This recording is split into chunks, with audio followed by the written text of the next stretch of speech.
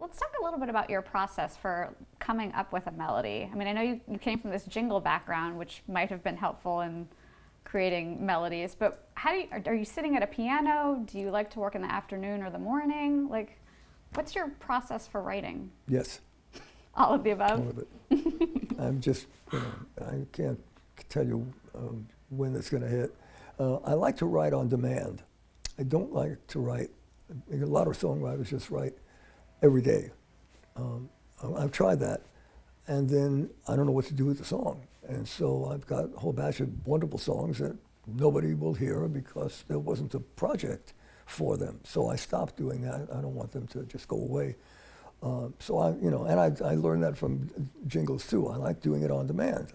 I know what they need. I'll give them to them. But the songwriting process, it's all about what the company needs, or what for a record. I know exactly what I need to do for the next record or for somebody else's record, but I'm not one of those songwriters that needs to write every day.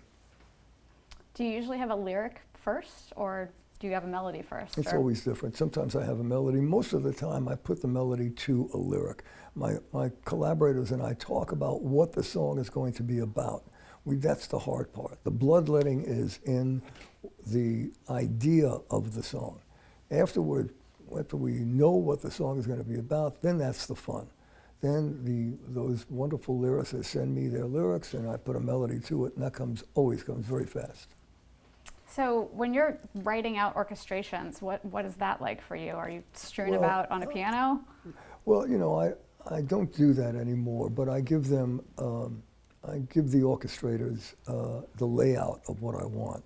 So I sit at the piano and I start and I sing and I change the key, or I put a riff in the middle of it and I get a big ending, and I put a little string line here, a little horn answer there, and I give the orchestrator all that information, and then we go to the studio and he's written it out for a big orchestra, and so most of the time it's wonderful, and then I put my vocals on.